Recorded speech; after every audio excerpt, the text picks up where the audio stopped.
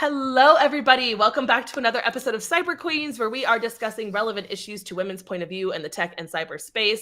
And today, I am so excited because we have none other than the fabulous and always impeccably dressed Kathryn Wang with us. Kathryn Wang, VP of Public Sector at Human Security. So, Kathryn, please go ahead and introduce yourself. Yes, thank you, Meryl. Thank you, Stacy. Thank you, Cyber Queens, for letting me join on this amazing podcast. It has been a dream of mine since meeting Meryl 2 years ago. So, achievement unlocked.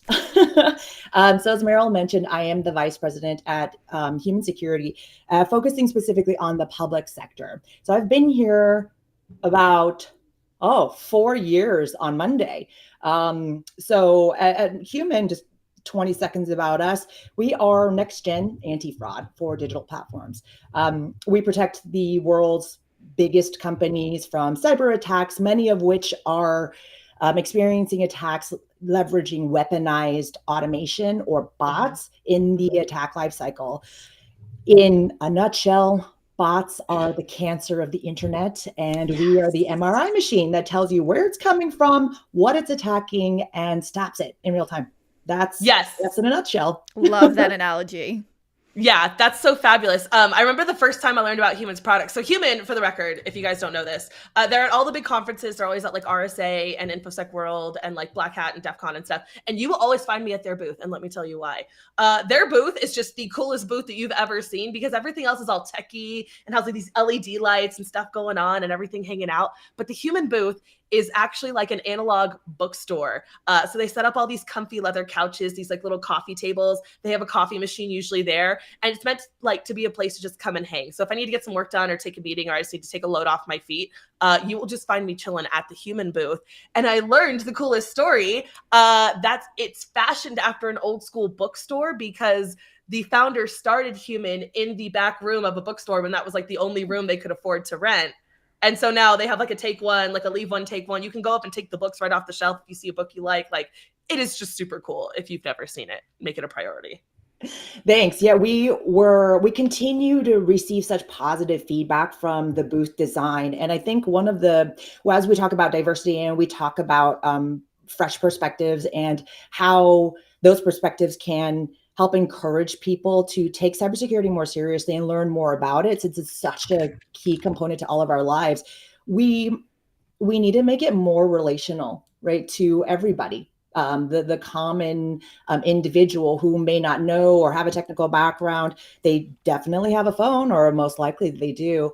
And when we kind of approached it from more of a human, pun intended, perspective, we definitely noticed this affinity, this appreciation, this nerd homage, right, to the hacker community, where there was also this relational topical relevance of the comic books, right, within pop culture and whatnot. We actually had a artist come in, and as part of the booth experience, they would draw you into a comic superhero on a piece of cardstock book. Yeah, okay. And you can take it home with you. And the idea here is to celebrate the work that people are doing in cyber, because they are heroes. They're protecting us. They are kind of saving lives if you think about it, because all of our lives live on our devices. Yeah, they are. I actually have a graphic novel launching this year with a friend, but the first I think kind of where the idea for that came from is that Human takes a lot the use cases they can publicize where they've taken down botnets or like taken this thing down or saved this company from this incident, and they turn them into little mini graphic novels. So like no more than like 8 or 10 pages. They're cute. But I love grabbing those and taking them home and bringing them home. I think I even have the coffee mug with all the graphic novel covers on it. So I just love the way you guys are really humanizing everything about the experience, putting the user experience first, thinking about the people who will come and consume this. And thinking about the people attending a conference and how miserable they are, frankly. Well, I'm glad you're having fun at our booth. Yeah, it's so refreshing to just hear examples of people who are doing things differently, who are pulling in inspiration from, other sectors, other approaches to marketing and to, creating experiences for people beyond just what we usually expect at a conference of like lime green and black and just super computerized, digital, like masculine type spaces, right? And really tapping into like what people like and appreciate that's different. And I think this really plays well into our topic for today, which is all around uncommon approaches to diversity and cybersecurity. And so, you know, to really kind of set the stage here, Kat, I'm curious, how would you define diversity? I am a big fan of parsing through symptom versus source. So race, gender, age, socioeconomic backgrounds, all of these tend to be the focal point of most diversity conversations. But all of that, in my opinion, is derivative of who we are in here and who we are in here. So when I think of diversity, I think the source of diversity is really diversity of thought, because it's all this experience that we've had because of our race, because of our gender, because of our age, all of the stuff I mentioned earlier that helps shape us and how we see the world and how we solve problems. So I may have a more non-traditional perspective, but that is what I look for when I'm looking to create a diverse team or make sure diversity of thought is properly represented. Yeah, it sounds like a focus on the outcomes of what happens when you have a underrepresented identity. If you know, identify in a certain way and experience a world in these unique ways, like what is the outcome of it? The outcome is that your perspective on the world is going to be different from the person next to you. Yeah, absolutely. Yeah, that's why, in my opinion, diversity of age is one of the biggest ones. Because, you know, generations are kind of loosely grouped by people who like went through the same experiences at the same time, and their worldviews kind of developed because of the same experiences and events that they went through. And so having people with different worldviews, even in the same room, you know, across like the older generations, millennials, Gen Z, and what comes after, even that is one of those things driving innovation forward, because they'll bring up an idea. We'll say, have you ever thought about it like this? And they'll say, oh my gosh, there we go. Great solution. So Kathryn and I met, by the way, at a women's event. We met at an event called Uniting Women in Cyber, which was the first Women in Cyber event I'd ever been to. I didn't know they were a thing, and I got really excited. It was a fabulous event, very intimate, very small summit-like event. If you've never been, it's put on by the Cyber Guild. But Kathy and I knew immediately that we would A, be best InfoSec friends, and then B, that diversity was really important to us both. Because back then when I met her, my story was new. I was only like 2 years new, and I was still that non-technical girl who like worked her way into the technical pen testing career. So Kathy, why? Because in her CFP, we could just tell diversity was the topic that was closest to her heart. So what makes you an excellent guest for this topic, and why is this topic so important to you?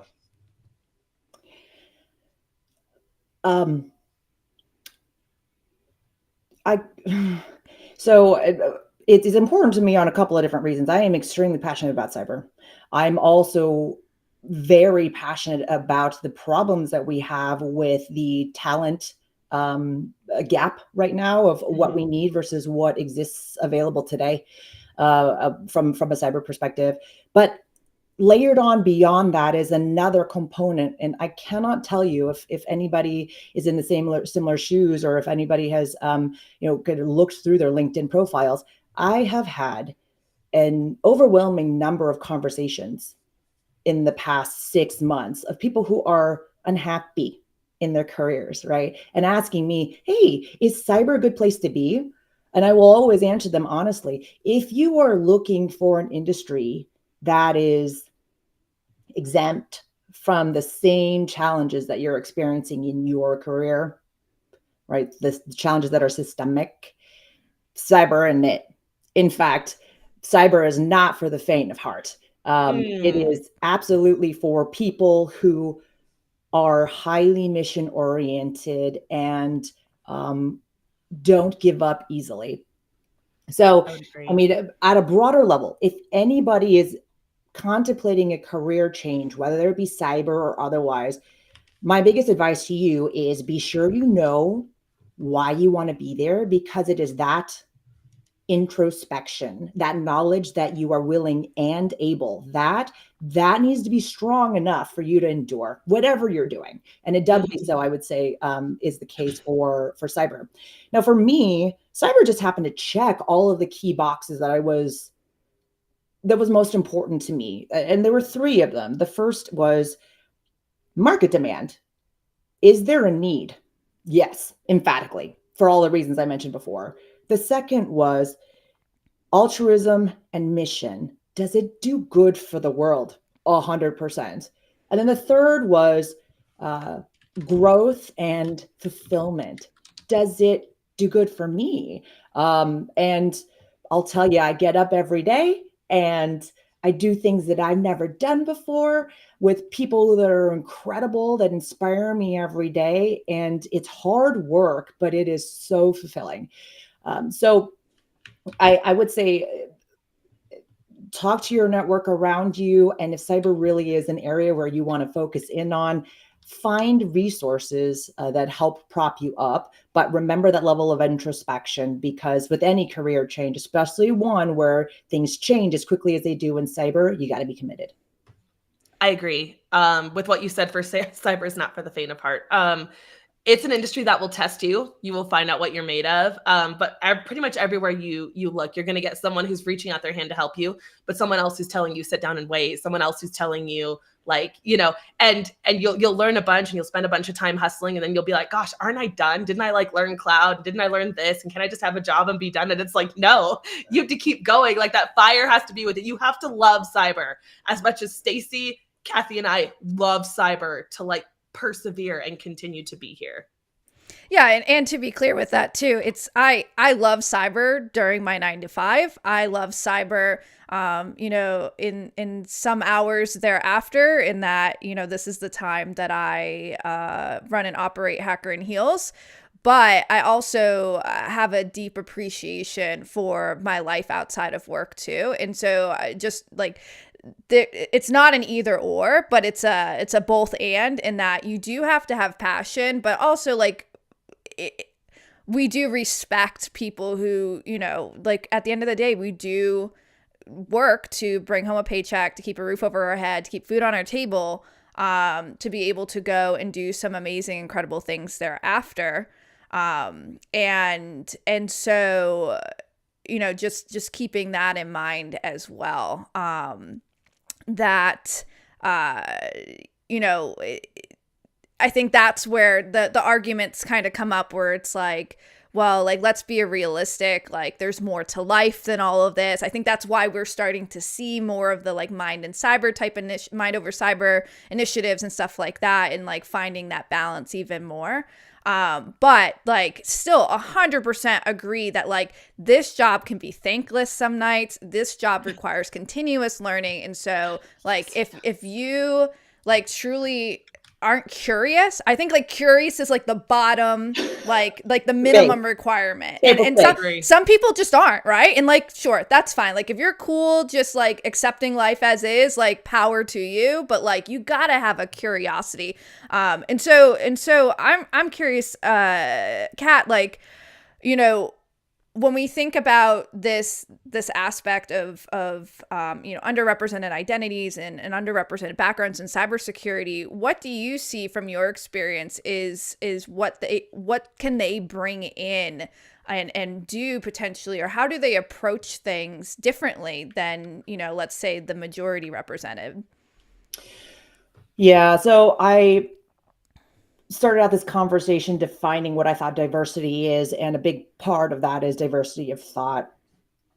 I look for that when I'm trying to assemble my A squad, the team, to get the job done, right? And for those already in cyberspace, I don't think it's any different than defense in depth, right? No singular solution or platform is going to cover everything, because the security needs for a financial institution is going to be super different than what a school needs. Not only are they going to be, the needs going to be different, the funding and the resources for each are going to be different.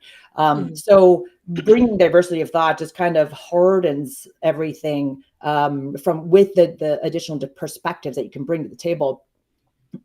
In terms of the diversity of thought actually contributing to value on a team, I'll give you a couple of examples. I'll give you a commercial one, and then I'll give you a more technical one. So one of our very good clients, one of the largest audio streaming platforms in the world, there was someone on the team that had a background in marketing and customer acquisition, right? They were on the fraud prevention team, kind of under the cyber umbrella. And this very brilliant individual was able to map the cost of a cyber attack back to key business metrics, such as new customer signups or fraudulent account logins, right? Account hijacking, et cetera. And then they had the great idea of extrapolating this even further and say, well, what about these other downstream metrics that could be impacted too by cyber and our ability to bolster it in this area? What about customer complaints? What about comment fraud or click spam? All that stuff. Now, all of a sudden, this one perspective has added value to the work that the cyber team brings at a business level, right? If any of these elements are breaking down, that signifies a potentially existential threat to the business and their functionality. So having all of this perspective and then making the correlations between how important it is and what you do, and how that translates down to other teams that prop the business up. What does that do to your justification for more resources, more money, more recognition?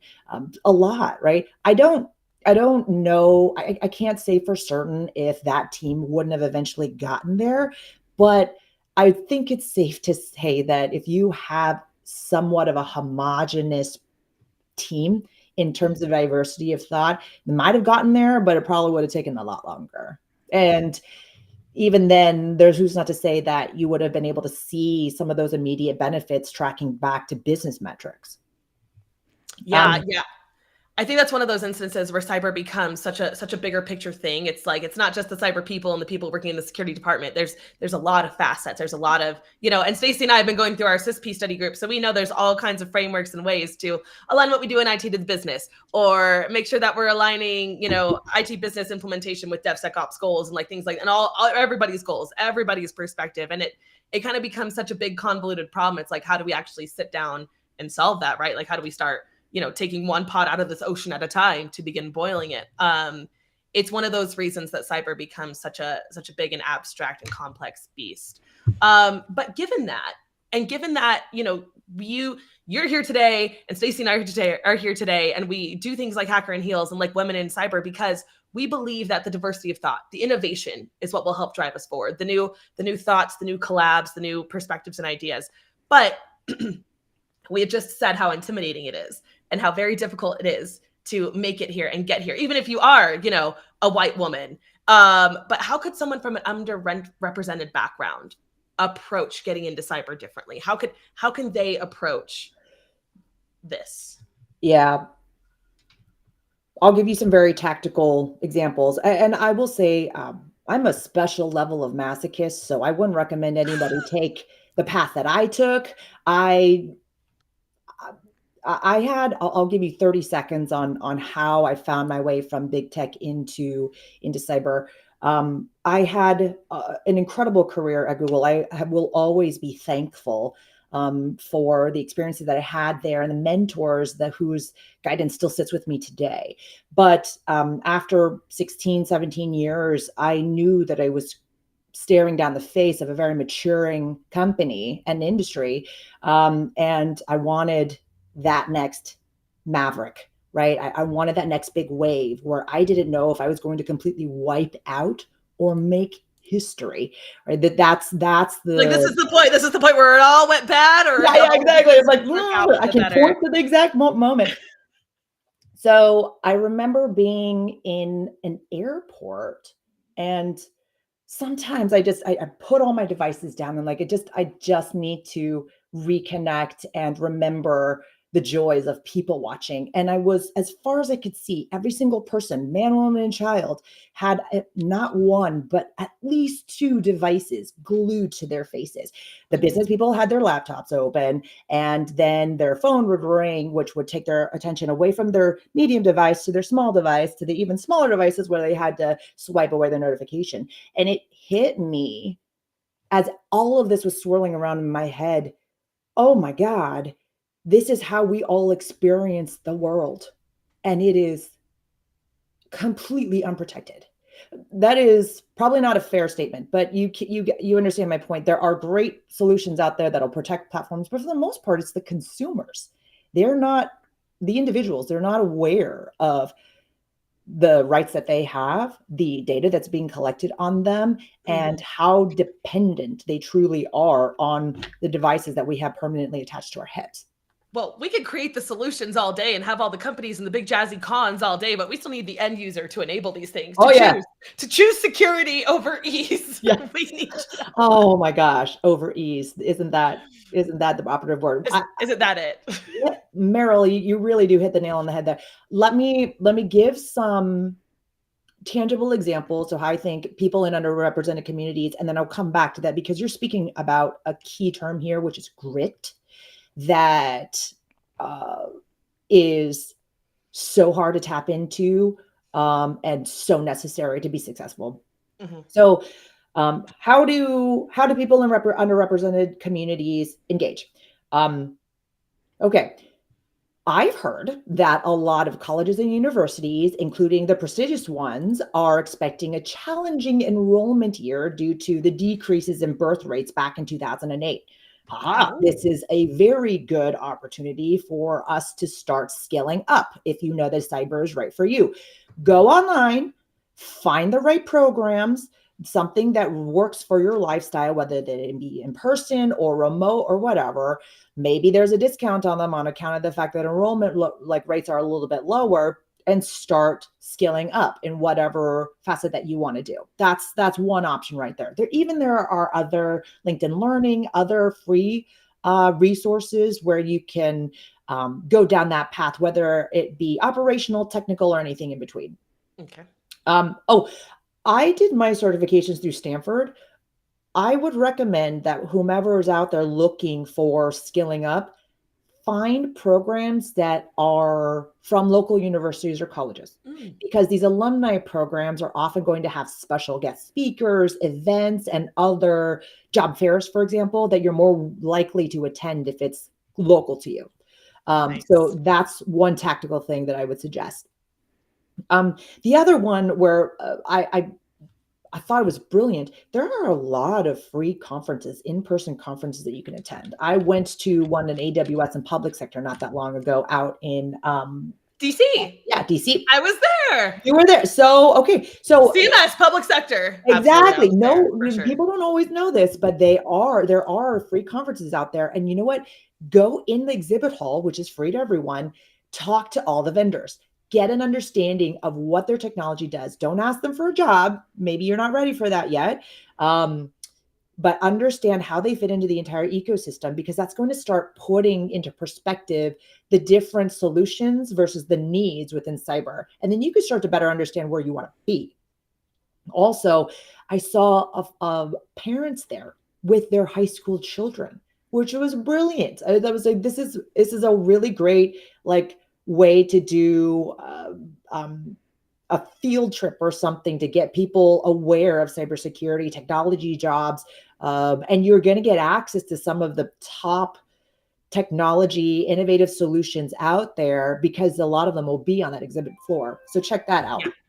Additionally, Public Sector Summit is just such a great one. It's put on by AWS. You might think it's like Reinforce and reInvent. It's not. It's strictly aimed at again, the public sector. So agencies, municipalities, things like entities like that.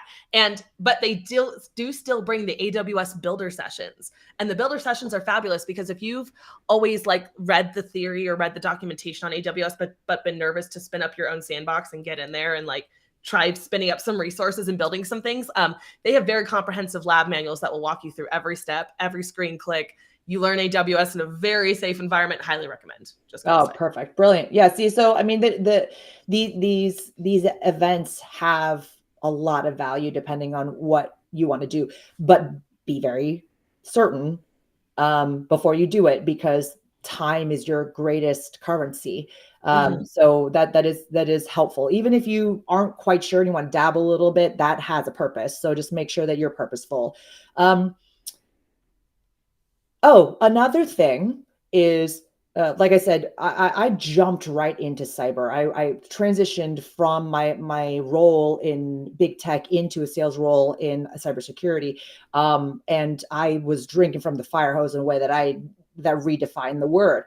However, you don't have to do that. You can go low and slow, right? So a good example is actually very similar to the mission of the Cyber Guild, which is where Meryl and I met. But it's basically understanding the role that cyber has, that's integrated and woven into our daily lives. If you work in healthcare, if you work in paint manufacturing, education, any of them, I guarantee you they have an IT team and they are digital in some way, right? Go find them, go be their friends, create a buddy system, understand what they do, and then see if you want to practice or contribute, add value in some way. Start to use that to get some experience, put that on your resume, and that way you're not starting from scratch, but you're also doing it, like you said, in a safe environment that can give you some real world experience and maybe open your eyes to, well, this was fun, but the component that really made me thrive was this. So I'm going to go pursue that because um, I have experience in it now. Yeah, this reminds me a lot of my introduction into the intelligence community, in that at the time when I had met a recruiter, and this was years ago, it was at an event, it was meant for robotics. And so when they started talking to me, I was like, oh, you're not going to be interested in me. I'm not going to go to school for STEM. Like, I'm going to go to school for graphic design. And they were like, well, actually, we need everybody. Like, we need all aspects of business represented in our organization. And so there is actually a place here for you. And I feel like with cybersecurity, it's the same thing. It's like, whether it is the operation of a cybersecurity team in itself is like a little business, and that it has to look at itself as services that it provides to other people and customers and whatnot. Or, just as you pointed out, there's the tie-ins of cybersecurity into every little facet of the business. Like, there's all these unique ways in which, it's cyber plus, insert any other type of industry discipline here. And like, there is something there for you to play with. Yeah.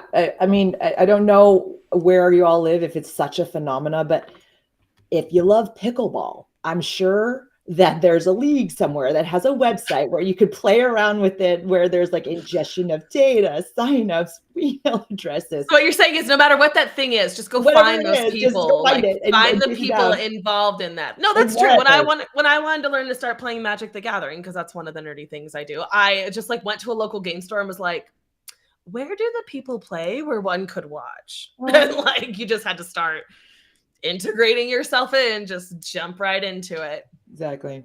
So we talked a little bit about what individuals can do, right? If you're a member of an underrepresented group, here's some tactics that you can take from, getting involved with your community colleges, these other groups and local events. What about some uncommon approaches that cybersecurity managers could take in order to identify and bring in this diversity of thought? I am very fortunate to know some pretty incredible cybersecurity leaders throughout my somewhat short career here, about 4 years in. And Meryl is right. There is a large component of it is somewhat a thankless job. So it's the appreciation and empathy for what they deal with every day, because they are superheroes, but nobody knows it, right? Or at least nobody is recognizing and funding them the way that we would for a proper superhero. It is a lot to ask these superheroes to invest in someone that doesn't have experience. But there is a difference between willing and able. right? On some level, the willingness in my mind outweighs the able. You can train the able. In fact, you can train them to be completely bespoke to the platform that you are managing.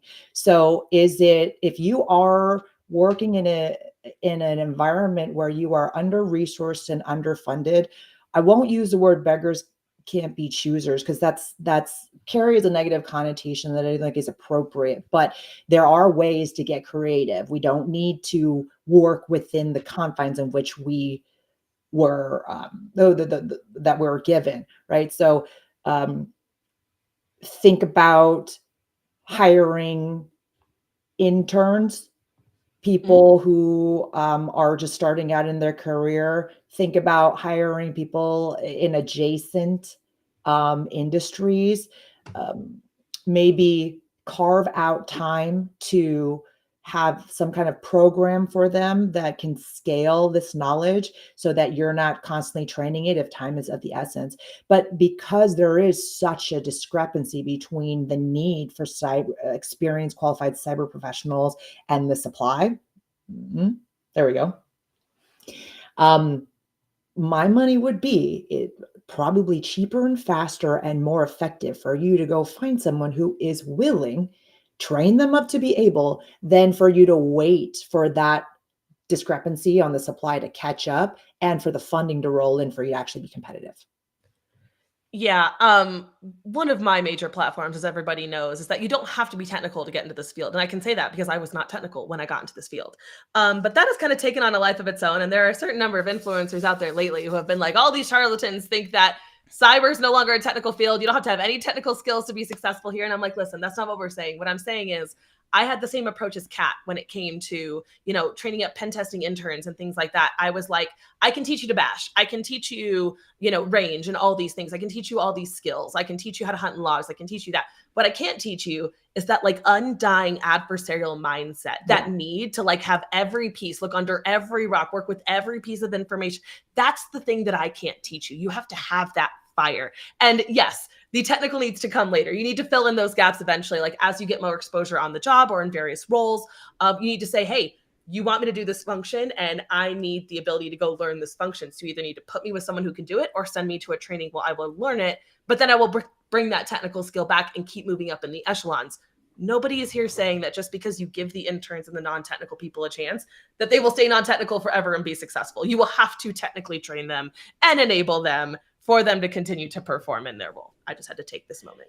Yep. Public service announcement. Yes. I appreciate it. And not to get too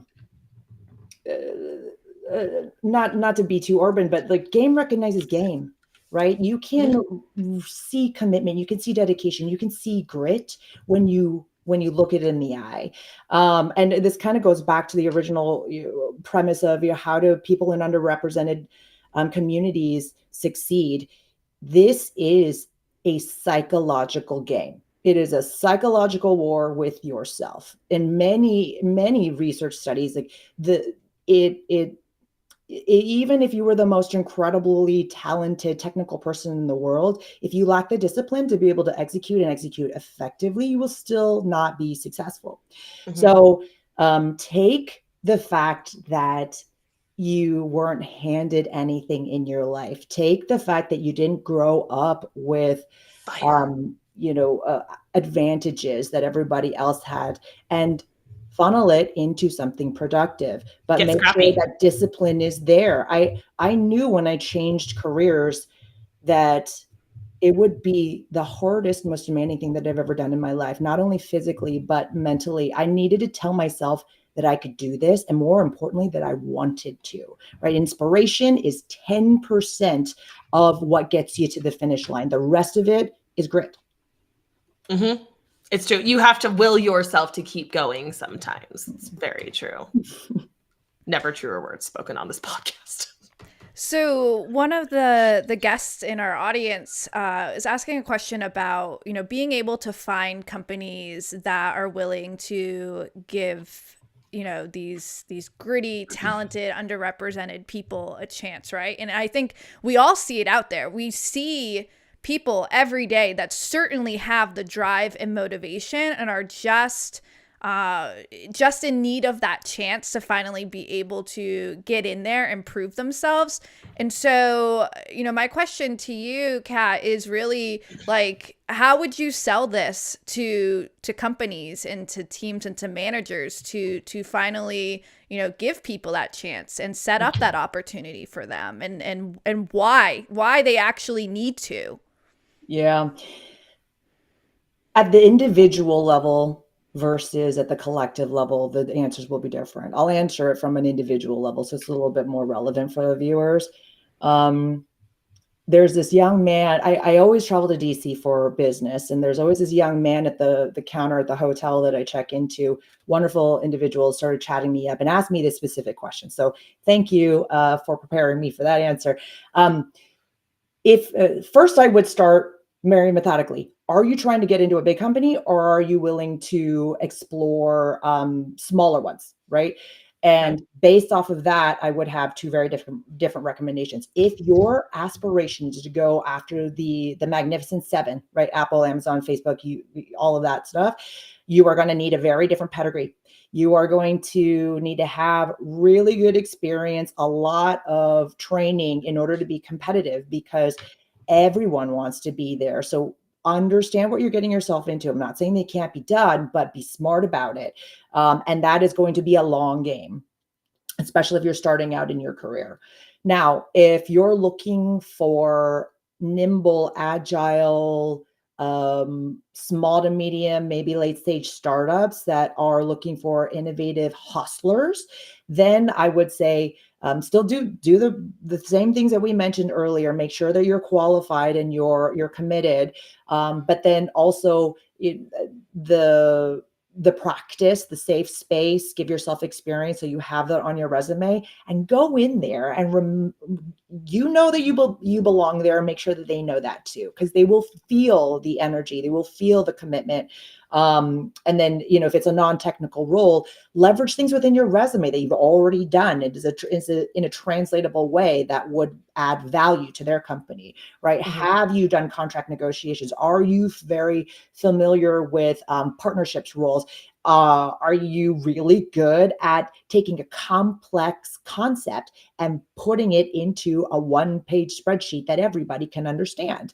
Are you extremely charismatic and dynamic when you're presenting? Do people want or crave more interactions with you and helps get into another meeting? Are you really good at cold calling and getting people to answer their phones and setting up meetings? Who knows?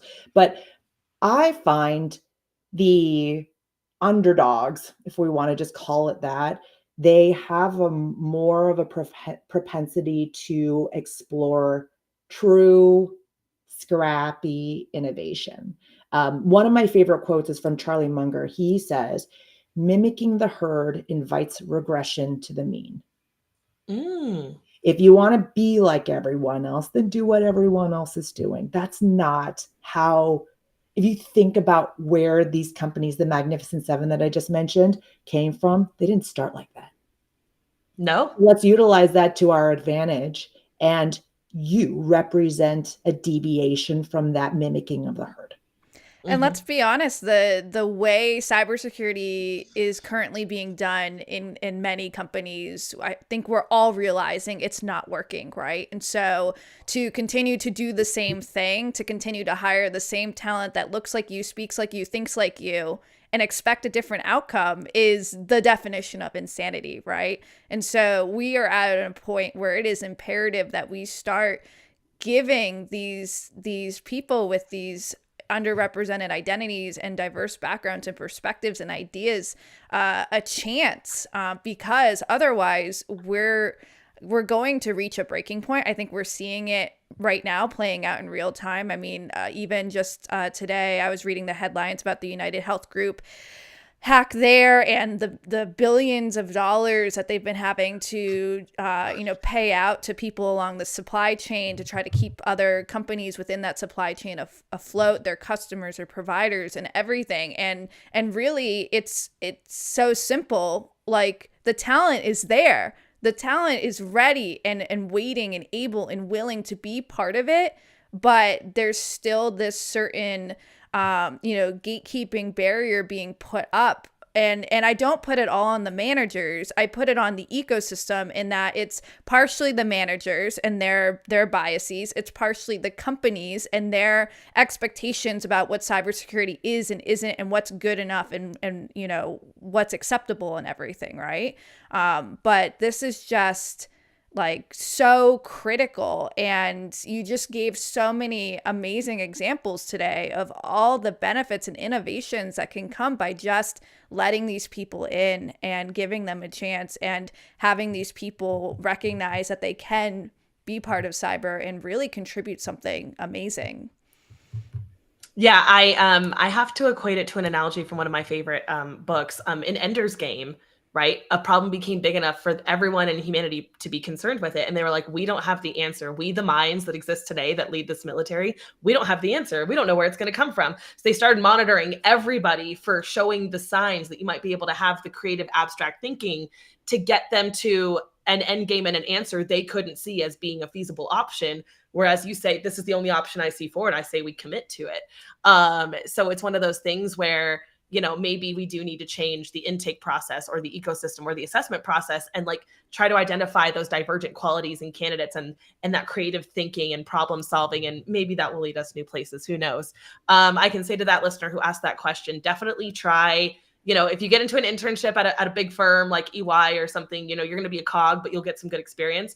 But if you're willing to be scrappier and fight a little harder, SMBs and startups are a great place to go, because they need the help, and you will get thrown into a lot of different situations, wear a lot of hats, and get a lot of varied experience you can work with. So I think that's my takeaway. I think I'm going to call that my takeaway, ladies. Yes. Yeah, this was an excellent conversation. Thank you so much, Kat. Any final remarks you want to leave the audience with? Sure. I will leave you with this thing that I have to remind myself constantly every day. And that is, embrace the growth mindset, right? Every challenge, stop thinking about it as a success or a failure, but more so as an opportunity to adapt, right? Every adaptation means that you're getting better at something and you're growing from the challenge. So you're never really failing. Because if we continue eating from that tree of positive, negative, success versus failure, it's going to wear on you, and you're going to be staring off into space somewhere wondering, is it all worth it? And you can't live that. You can't do that to yourself. It's debilitating and it's dark, and you deserve better. So my biggest advice is, pursuing a career in cyber, awesome. We need you. Please. If you're not, that's okay too. But we all got to stop. We have to reprogram our brains and stop thinking about successes and failures, because the more we are thinking about the benefit of the experience itself, I think the more fulfilled we'll be and the more successful we will be, because we'll have the energy to get up in the morning and do the same thing over again. Yeah, there's proof in the negative. If you figure out something's not for you, then perfect. You just find what doesn't align for you, and you can focus on the things that do. Kathy, thank you so much. This has been such a packed and wonderful episode. Very dense. Can't wait to release this for everybody. Anyone who's thinking of getting into cyber or thinking of ways they can drive their own cyber teams forward, there was tons of great advice in here. We'll be releasing it later. In the meantime, we at Hacker and Heels /Cyber Queens are looking forward to seeing a lot of you at the WESIS conference. We'll be hosting our salon and our rooftop happy hour, and we'll also be lobby conning / possibly getting to see some people at the conference as well. So please do make sure you track us down. Please don't be shy. Come say hi. We're happy to meet everybody. We love meeting new people. If you're one of the listeners out there who does want to get started in cyber, has no idea how, and thinks it's way too overwhelming, you can always come to Insiders. You can come to us, and you get direct lines to Stacey and me for our advice, and the advice of great people in our network like Miss Kathy here. So thank you so much for spending your Friday with us. We hope you have a wonderful weekend. We will see you next week. Thanks, everyone. Bye. Bye from the Cyber Queens.